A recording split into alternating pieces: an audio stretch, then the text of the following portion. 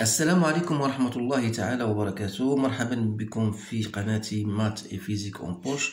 Aujourd'hui dans cette séance, je vais partager avec vous, chers étudiants et étudiantes, un exercice concernant la mécanique bien sûr, et surtout les leçons concernant l'énergie cinétique, le travail, l'énergie potentielle, la variation de l'énergie potentielle. Donc première année baccalauréat. Alors voilà, le sujet est devant vous. Vous pouvez le lire et le relire une fois pour le comprendre et répondre aux questions posées. Et en fin de compte, vous allez comparer vos résultats avec les miens.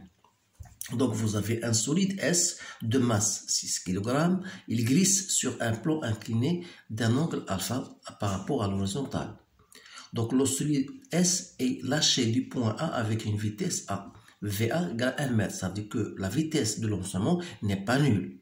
Donc après un parcours AB, sa vitesse devient VB égale 5 mètres par seconde. Donc il y a changement de vitesse.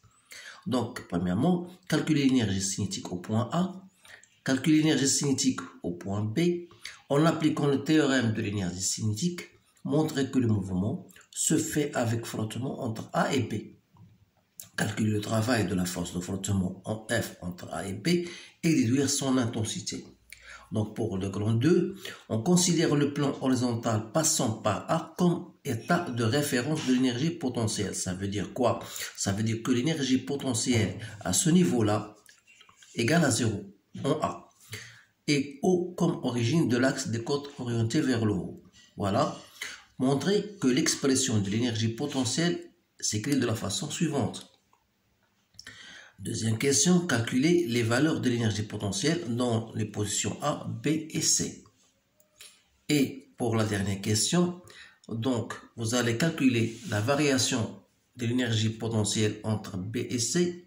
En fin de compte, on déduire le travail du poids de B vers C. Alors voilà, ce sont des questions très intéressantes. Donc je vous conseille de de fixer votre vidéo, stopper votre vidéo, soit de scanner ce sujet-là et vous allez répondre aux questions posées, éventuellement en se basant sur vous-même, puis vous allez comparer vos réponses avec les miennes. Alors en ce qui concerne la première question, calculer l'énergie cinétique. Donc il suffit simplement de savoir ou bien votre relation d'énergie cinétique. Donc, vous savez que l'énergie cinétique en un point A n'est autre que le produit 1 demi m VA au carré. Donc, il suffit de faire votre application, sachant que la masse égale à 6. Donc, la vitesse au carré, c'est 1 au carré. Donc, c'est 3 joules. Deuxième question, ce sont des questions faciles. Donc, l'énergie cinétique, cette fois-ci en B, n'est autre que la même chose. Donc, 3 fois 5 au carré, c'est-à-dire 25, donc c'est 75 mètres par seconde. Troisième question, en appliquant le théorème de l'énergie cinétique, montre que le mouvement se fait avec frottement. Donc ça veut dire comment on va appliquer ou bien comment on va montrer cela. Tout simplement, si on veut demander d'une façon indirecte, de montrer que le travail de la réaction du plan incliné est différent de 0, le travail de forcement. Alors, sachant bien sûr le théorème de l'énergie cinétique, vous le savez en cours, vous pouvez revenir dans ma vidéo déjà faite, parce que la variation de l'énergie cinétique entre deux points A et B dans le cas d'une translation bien sûr, est égale au travail, ou bien la somme des travaux de toutes les forces s'appliquant sur le solide. Alors là, on va appliquer la variation de l'énergie cinétique entre A et B, c'est l'énergie cinétique finale, c'est-à-dire en B, moins l'énergie cinétique en A, d'une part. Et d'autre part, vous savez, c'est le travail de toutes les forces. Travail du poids, travail de R. Toujours le trajet AB. Alors, ça, c'est un demi-M. Je peux même faire au carré moins VA au carré. Travail du poids, c'est MG. C'est une formule que vous devez reconnaître. Z en A moins Z en B, plus le travail de R. Voilà ce que vous devez écrire. Donc, en ce qui concerne ZA moins ZB, c'est la hauteur H. Donc, c'est bien cette hauteur-là que vous voyez devant vous. Donc, cette hauteur-là, je peux utiliser sinus de alpha. Sinus de alpha, c'est cette hauteur H sur AB. Donc, cette hauteur-là n'est autre que AB. Je la fais d'une façon directe parce qu'on a déjà travaillé ce sujet-là comme d'autres sujets. Donc, il reste le travail de R. Alors, ce qui me concerne, ou bien ce qui m'importe le plus, c'est de trouver le travail de R. Donc, le travail de R n'est autre que la variation de l'énergie cinétique moins mg AB sinus de alpha. Donc, si je fais mon calcul, la variation de l'énergie, ça veut dire 75, c'est déjà calculé, moins 3, moins m fois g sinus de 40 degrés. Donc, j'ai trouvé moins 236,54 joules. Alors, je vois que ce travail-là est différent de 0. Donc, le travail de R est différent de 0. Ça prouve bien sûr que le contact, donc ça prouve que le contact du plomb, bien le contact se fait tout simplement, avec frottement. Parce que si j'ai trouvé que le travail est égal à 0, dans ce cas, je dis qu'il n'y a pas de frottement. Alors voilà, on a répondu à cette question. Alors, on va en déduire son intensité. Donc, sachant que le travail de la force de frottement le long du trajet AB n'est autre que moins F AB, donc c'est bien le travail de R. Donc, c'est bien le travail de R, parce que R travaille de la force de frottement plus le travail de la force normale. Le travail de la force normale est égal à 0, donc il nous reste le travail de R, d'où F, c'est quoi? C'est le moindre travail de R que je divise par AB. Donc, il suffit de faire votre application numérique. Donc, vous allez trouver 29,5 newtons. Voilà l'intensité de cette force. Maintenant, on va passer à grand 2. On considère le plan horizontal, passons par A comme état de référence. Donc, l'énergie potentielle, donc montrer l'expression suivante. Vous savez bien sûr que l'énergie potentielle en n'importe quel point, c'est mg z plus une certaine constante. Alors là, pour trouver cette constante-là, il suffit de revenir à votre état de référence qui était en A, qui est égal à mgza d'après cette formule, plus constante, qu'on a déjà mentionné que cette énergie potentielle est nulle dans l'état de référence déjà prise. Alors, ça veut dire que la constante C n'est autre que moins mza. Autrement dit, ça veut dire que l'énergie potentielle qu'on cherche va s'écrire de la manière suivante. Moins mza, c'est-à-dire mg en facteur de z moins za. Voilà, on va travailler avec cette formule. Mais nous voulons bien chercher à exprimer cette relation, bien sûr. Donc, il suffit de revenir à trouver za. Alors, pour trouver za, donc za, c'est quoi za? Donc, si vous regardez bien la figure, za, c'est cette hauteur-là, donc de là à là. Donc, voilà za. Donc, vous remarquez que je peux travailler avec alpha, sachant que sinus de alpha, voilà, sinus de alpha n'est autre que cette altitude que je vois, c'est bien ZA, sur l'hypoténuse, c'est-à-dire sur cette distance qui n'est autre que AB plus BC. Donc, c'est AB plus BC, c'est-à-dire que ZA, pour moi, n'est autre que AB plus BC qui est assez vraiment, donc sinus de alpha. D'où l'expression de l'énergie potentielle devient alors C moins mg AB plus BC sinus de alpha. Donc, ça, c'est l'énergie potentielle. Bien sûr, c'est la constante C. Ça, c'est la constante C qu'on a dit, c'est moins mg za. Donc, ça, c'est la constante C qui est égale à moins mg za. On a remplacé za par sa formule, bien son expression. Voilà C.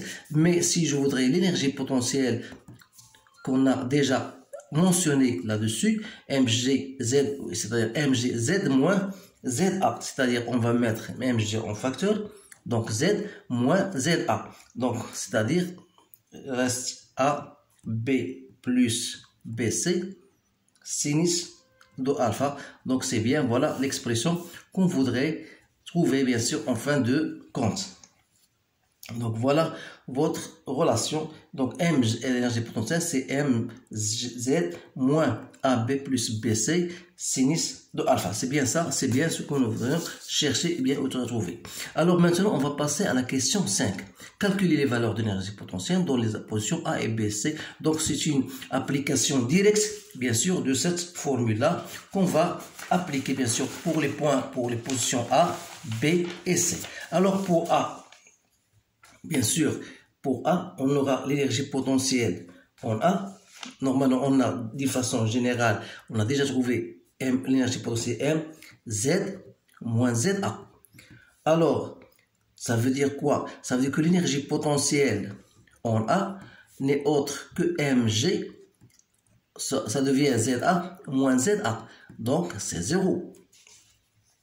L'énergie potentielle en B, ça devient mg ZB moins ZA. Alors, il faut trouver ZB. Comme on a ZB d'après notre figure est inférieur à ZA, d'après notre figure, on vous remarquez bien que ZB est inférieur à ZA. Ça veut dire que l'énergie potentielle en B, c'est, on va écrire, c'est moins mg ZA moins ZB, c'est-à-dire moins mg. ZA moins ZB, c'est déjà trouvé, c'est une hauteur A, donc c'est AB sinus de alpha. Voilà l'énergie potentielle en B. Donc, il suffit de faire votre calcul. Donc, c'est moins 60 fois 8 sinus de 40. Donc, vous allez trouver moins 308, 54 joules. Voilà en B. Donc, il nous reste maintenant de trouver l'énergie potentielle en C. Donc, l'énergie potentielle en C. Donc, c'est toujours en appliquant notre formule. Donc, c'est ZC moins ZA.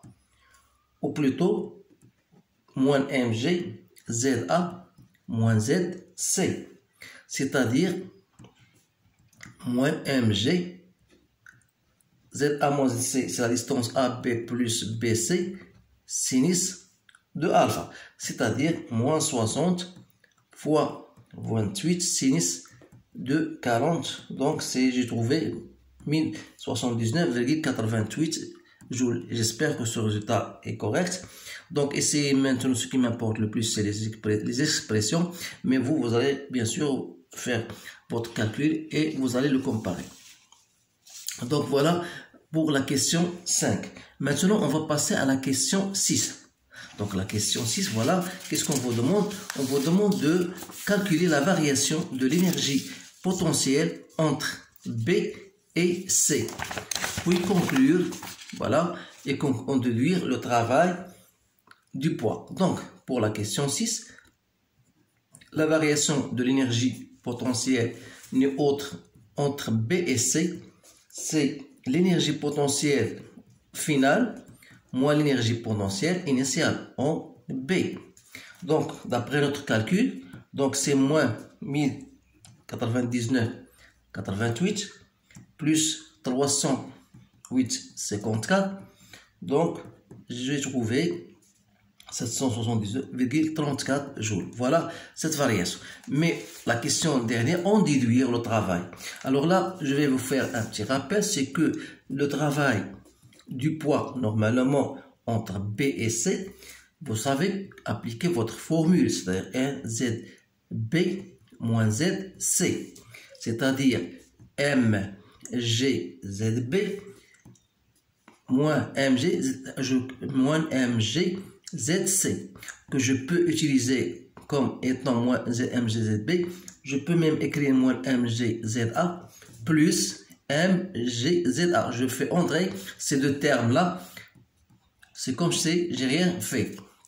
Alors là, pourquoi j'ai fait ces termes-là? Pour vous montrer que je peux utiliser déjà cette relation. Parce que déjà, c'est quoi ça? C'est l'énergie potentielle en B.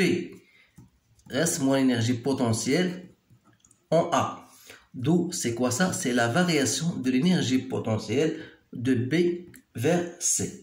Donc, le travail du poids le long trajet BC n'est autre que la variation de l'énergie potentielle de B vers C, c'est-à-dire la valeur déjà trouvée, moins 779,34 joules. Voilà la réponse à ce sujet-là.